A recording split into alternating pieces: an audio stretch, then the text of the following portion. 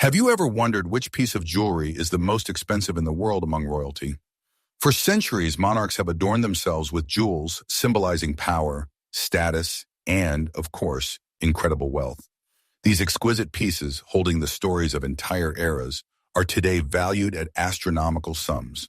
And as experts claim, the most expensive of them are owned by royal families. But who holds the absolute record? Let's dive into the dazzling world of royal jewels and find out. 1. The Noor ul Ain tiara of Empress Farah, the light of the Iranian crown. Let's begin our journey in Iran, where in 1959, Empress Farah, the wife of the last Shah, Mohammad Reza Pahlavi, shone. Her head was adorned with the Noor ul Ain tiara, which translates to light of the eye. This name is not just poetic, it reflects the very essence of the jewelry. The central element of the tiara is the pink diamond Noor ul Ain, weighing a full 60 carats. This stone is one of the rarest and largest pink diamonds in the world.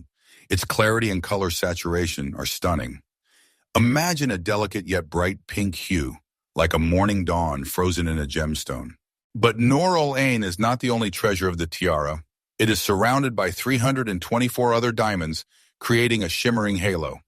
Among them are pink, yellow, and colorless stones, each carefully selected and cut to emphasize the beauty of the central diamond. All the stones are set in platinum, a noble metal that does not tarnish over time and is perfect for showcasing diamonds. The creation of this masterpiece was entrusted to the legendary jewelry house Harry Winston, known for its impeccable taste and craftsmanship. Harry Winston Jewelers worked on the tiara with meticulous precision, creating not just a piece of jewelry, but a symbol of power and greatness. Farah Pahlavi, known for her refined style, regularly appeared in the Noor ul Ain tiara at state receptions, balls, and other important events. She skillfully combined the tiara with luxurious dresses, creating images that captivated the world. The tiara became an integral part of her image, a symbol of the Iranian monarchy. After the Islamic Revolution of 1979, which overthrew the Shah regime, the Noor ul Ain tiara became state property. There are various reports about its current location, but the most common version is that it is stored in the Museum of National Jewels, located in the basement of the Central Bank of Iran. There, surrounded by other treasures, it awaits its hour, reminding us of the former glory of the Persian Empire. The estimated value of the Noor ul Ain tiara is $10.6 million. But its historical and cultural value is, of course, immeasurable. But Noor ul Ain is just the beginning of our journey. Next, we have the story of a pearl that traveled the world, changing owners and continents, and even ended up in the hands of a Hollywood star. 2. La Peregrina, Pearl, Wanderings of a Royal Treasure. The next stop on our jewelry journey is the legendary La Peregrina pearl, whose name translates as the Pilgrim or the Wanderer. And this is not just a beautiful name. It fully reflects the amazing and adventurous history of this treasure. La Peregrina was discovered in the Gulf of Panama in the 16th century. Imagine how many secrets and legends this pearl, born in the depths of the ocean, holds. Its original owner was the English Queen Mary I, nicknamed Bloody Mary. She received the pearl as a gift from her future husband, the Spanish King Philip II. This gift was intended to symbolize the strong union of two powerful powers, but history, as we know, decided otherwise. After the death of Mary I, the pearl returned to Spain, where it adorned the Spanish queens for several centuries. It passed from hand to hand, witnessing palace intrigues, political upheavals, and dynastic changes. Then La Peregrina took an unexpected turn in its fate and ended up in France, in the hands of Joseph Bonaparte, Napoleon's older brother. Joseph, appointed King of Spain by Napoleon, owned the pearl for a short time, but this fact adds another bright page to its history. But the most interesting thing began in the 20th century when La Peregrina fell into the hands of Elizabeth Taylor. The famous actress, style icon, and passionate collector of jewelry received the pearl as a gift from her husband, Richard Burton, in 1969.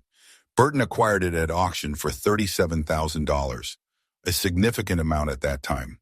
Taylor, known for her love of unique and luxurious jewelry, was delighted with this gift. She often appeared with La Peregrina at social events, causing admiration and envy. But Elizabeth Taylor did not just wear the pearl, She gave it a new life. She commissioned the jewelry house Cartier to create a new necklace in which La Peregrina would become the central element. Cartier jewelers, inspired by the beauty and history of the pearl, created a true masterpiece. La Peregrina was surrounded by an exquisite necklace of natural pearls, diamonds, and rubies. The design of the necklace was inspired by the Renaissance era, which emphasized the historical significance of the pearl. After Elizabeth Taylor's death in 2011, the necklace with La Peregrina was sold at Christie's auction for a record sum, $11.8 million. This sale became a real sensation in the world of jewelry art and once again confirmed the legendary status of La Peregrina. The story of La Peregrina is captivating, isn't it? But imagine a tiara that was stolen and then recreated, investing even more skill and luxury in it. 3. The Gerard Diamond Tiara of Queen Sonja of Norway, the mystery of theft and rebirth. Moving to Norway, where Queen Sonja, the wife of King Harald V, owns an impressive collection of jewels, among which a special place is occupied by a diamond tiara inherited from Queen Maud. This tiara is not just a piece of jewelry, but a symbol of resilience and continuity of generations. The history of the tiara begins in 1896, when Princess Maud of Wales, granddaughter of Queen Victoria, married Prince Karl of Denmark, who later became King Haakon VII of Norway. As a wedding gift, Princess Maud received this magnificent tiara created by the famous jewelry house Gerard. The tiara was a complex three-tiered structure that demonstrated all the skill of Gerard jewelers. The base of the tiara was made in the form of a diamond bandeau and elegant ribbons studded with diamonds. The middle part was an open-work diamond swirls, resembling plant leaves, creating a sense of lightness and airiness. And finally, the upper part of the tiara was decorated with 13 large pear-shaped diamonds that sparkled and shimmered with all the colors of the rainbow. These diamonds were suspended in such a way that with each movement they swayed, creating a mesmerizing effect. Queen Maud loved this tiara very much and often wore it to official events. The tiara became an integral part of her image, a symbol of her royal status. After Maud's death in 1938, the tiara was inherited by her son, King Olav V, and then to his son, the current King Harald V. Queen Sonja, the wife of Harald V, proudly wears this tiara, continuing the tradition. But in 1995, a real drama occurred. The tiara was stolen. This happened when the tiara was sent to Gerard for a scheduled assessment and maintenance.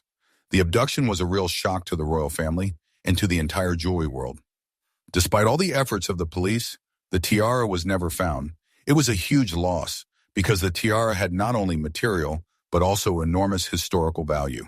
However, the jewelry house Gerard, valuing its reputation and seeking to restore justice, decided to create an exact copy of the lost tiara. Gerard Masters, using archival photographs and sketches, recreated the tiara with the smallest details.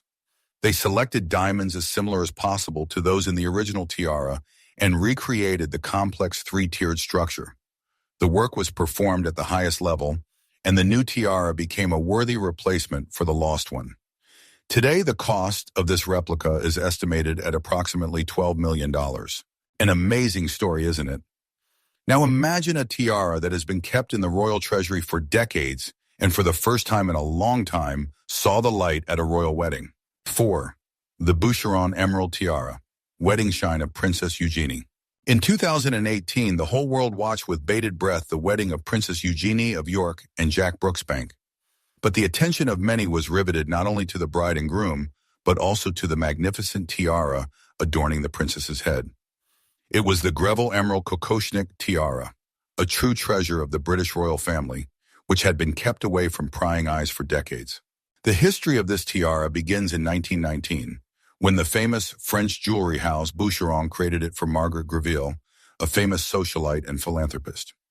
Margaret Greville was known for her love of luxury and exquisite jewelry, and the tiara created by Boucheron fully reflected her taste. The design of the tiara was inspired by the traditional Russian headdress, the kokoshnik, hence the name, Greville Kokoshnik. The tiara is made of platinum and decorated with pave-cut diamonds. This type of cut creates the effect of a solid diamond coating that shines dazzlingly. But the main highlight of the tiara is 6 magnificent emeralds located in the center. These emeralds have a rich green color and impeccable clarity. The central emerald is the largest, teardrop-shaped. It attracts the eye and captivates with its beauty. Margaret Greville bequeathed the tiara to the Queen Mother, mother of Queen Elizabeth II, in 1942.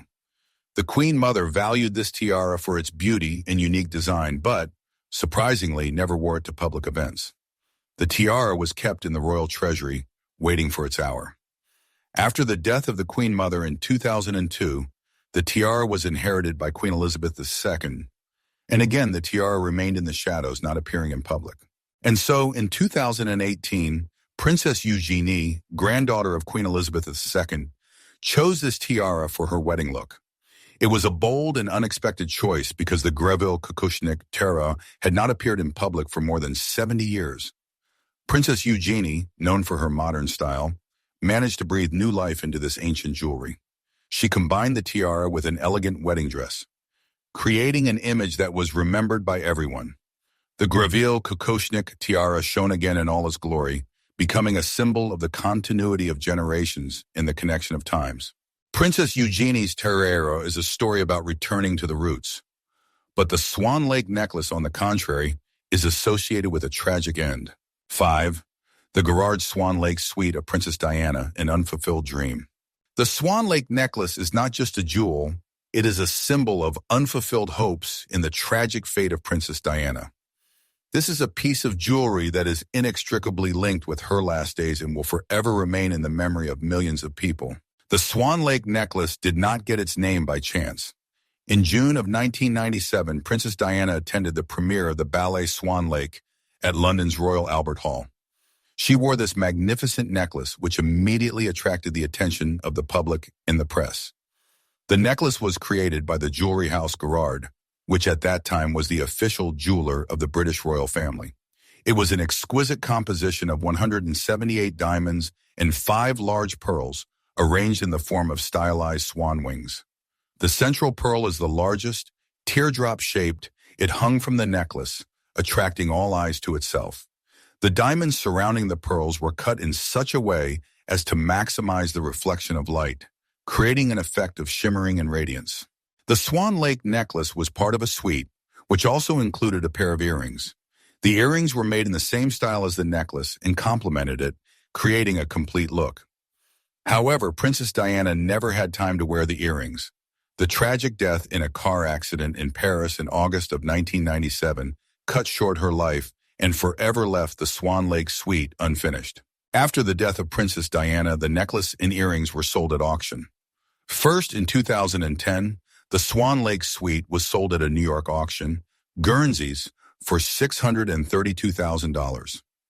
Later, the new owner requested $12.1 million for the suite, which reflects not only the material, but also the enormous emotional value of this jewelry. The Swan Lake necklace has become a symbol of remembrance of Princess Diana, of her beauty, elegance, and tragic fate. The story of Swan Lake makes one think about the fragility of life. But next we have a story about a tiara decorated with emeralds of incredible size and weight. 6. The tiara of Princess Katharina Henkel von Donnersmarck, the treasure of a Russian aristocrat. This tiara is a real sensation in the world of jewelry art. It strikes not only with its beauty and sophistication, but also with the size and weight of the emeralds decorating it. The tiara was commissioned in the early 1900s, presumably from the famous jewelry house Chaumet. The client was the German Prince Guido Henkel von Donnersmarck, a representative of one of the richest and most influential aristocratic families in Europe. The tiara was intended for his second wife, the Russian aristocrat Katerina Vasilyevna Slepcev.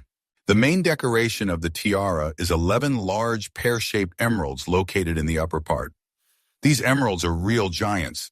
Their total weight is about 500 carats. This is an incredible figure that staggers the imagination. Each emerald has a rich green color and impeccable clarity, which makes them even more valuable. Emeralds of this size and quality are extremely rare, so the tiara of Princess Katharina is considered one of the most unique jewelry pieces in the world. The base of the tiara is made of silver and gold and decorated with a number of large cushion-cut diamonds. Cushion is an old form of cut that gives diamonds a soft glow and special elegance. The diamonds are located above a row of diamond laurels. This motif was often used in the jewelry art of that time and symbolized glory and victory. The tiara of Princess Katharina is not just a piece of jewelry, it is a true work of art that demonstrates all the skill of Chaumet jewelers. The tiara was first sold at Sotheby's auction in 1979. Then it attracted a lot of attention from collectors and connoisseurs of jewelry art. In 2011, the tiara reappeared at Sotheby's auction and was sold for a record amount for tiaras, $12.7 million. This sale became a real sensation and once again confirmed the uniqueness and value of the tiara. A tiara with 500 carats of emeralds, this is impressive, but the history of the next jewelry is no less amazing because it belonged to Queen Mary herself. 7. The Delhi Durbar Emerald Choker, the legacy of Queen Mary. The Delhi Durbar Emerald Choker is not just a piece of jewelry, it is a part of the history of the British Empire. It was created in 1911 on the occasion of the coronation Durbar, solemn reception, in Delhi, which marked the accession to the throne of King George V and Queen Mary as Emperor and Empress of India. The choker was presented to Queen Mary by the Maharani, wife of the Maharaja, of the Indian princely state of Patiala. Initially, the choker was decorated with 16 large emeralds, which symbolized the wealth and prosperity of India. These emeralds were connected by diamond links, creating a luxurious and elegant decoration. Queen Mary, known for her love of jewelry and her ability to transform it, decided to change the design of the choker.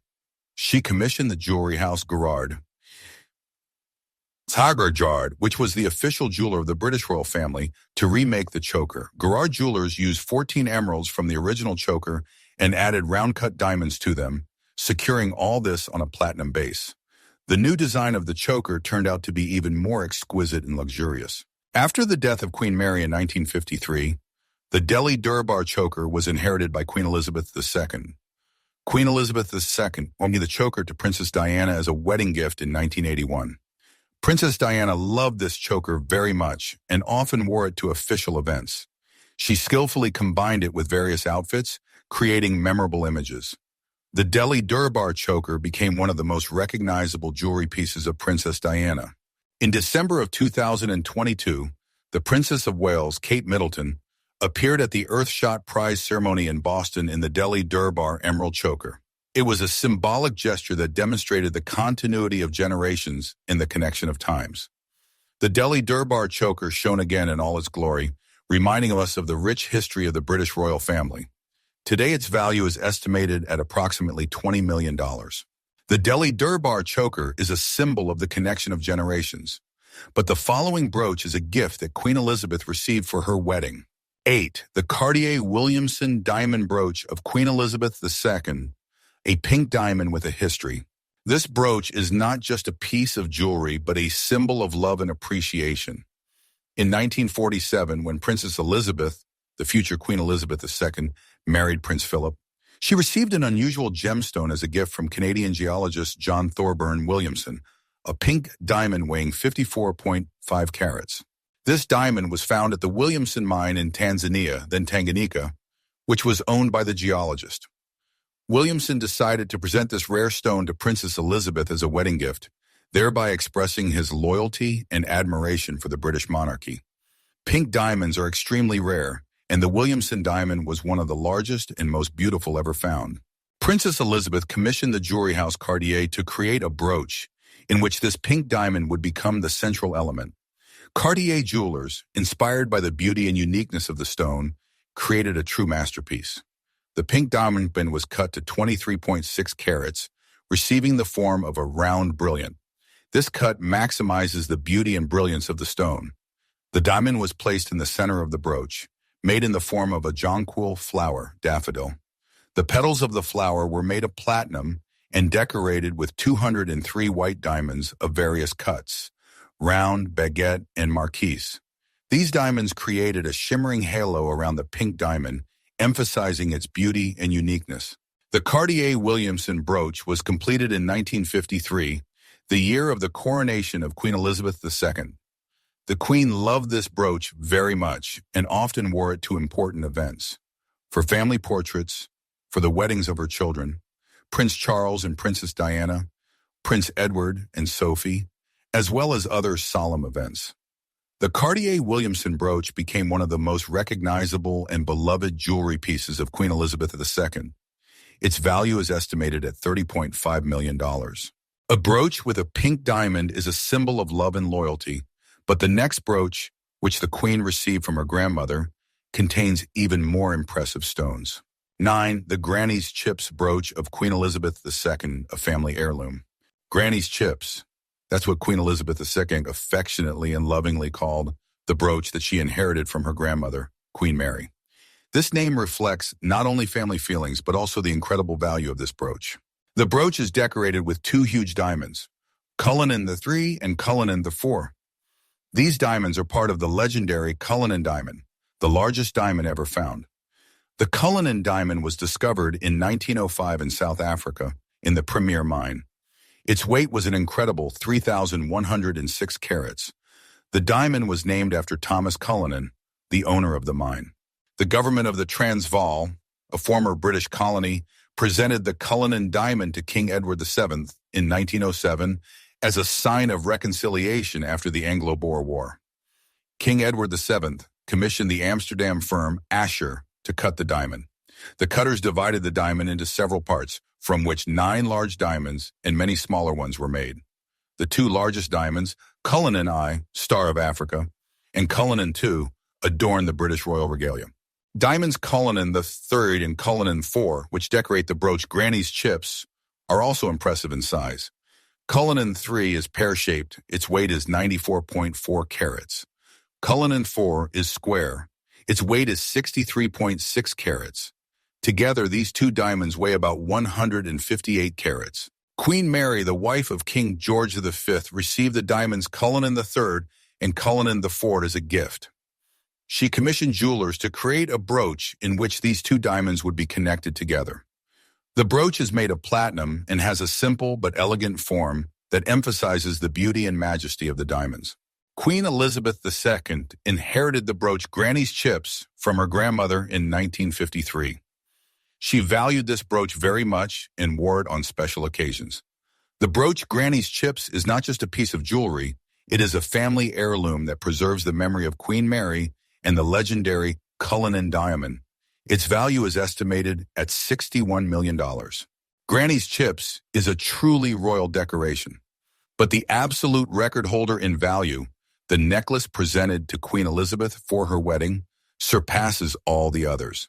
10. The Cartier Nizam of Hyderabad necklace, the most expensive royal jewelry. And finally, we have come to the most expensive royal jewelry in the world, the Cartier Nizam of Hyderabad necklace. This necklace is a true masterpiece of jewelry art, which amazes with its luxury and magnificence.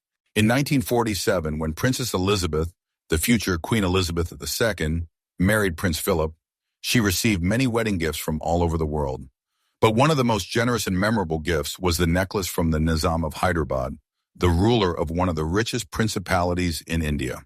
The Nizam of Hyderabad was known for his love of jewelry and possessed one of the most impressive collections in the world. He decided to give Princess Elizabeth a necklace that would be a worthy decoration for the future queen. The Nizam gave Princess Elizabeth the opportunity to choose a gift herself at the Cartier boutique, and she chose this diamond necklace, created in the 1930s. The Cartier Nizam of Hyderabad necklace is made of platinum and decorated with 38 round-cut diamonds. These diamonds are arranged in the form of an elegant garland that falls on the chest. In the center of the necklace are 13 emerald-cut diamonds that create an accent and attract attention. And finally, the composition is completed by a large, pear-shaped diamond pendant that gives the necklace even more luxury and sophistication. The total weight of diamonds in the necklace is about 300 carats. The Cartier Nizam of Hyderabad necklace is not just a piece of jewelry, it is a symbol of power, wealth, and prestige. Queen Elizabeth II wore this necklace to the most important state events and official receptions.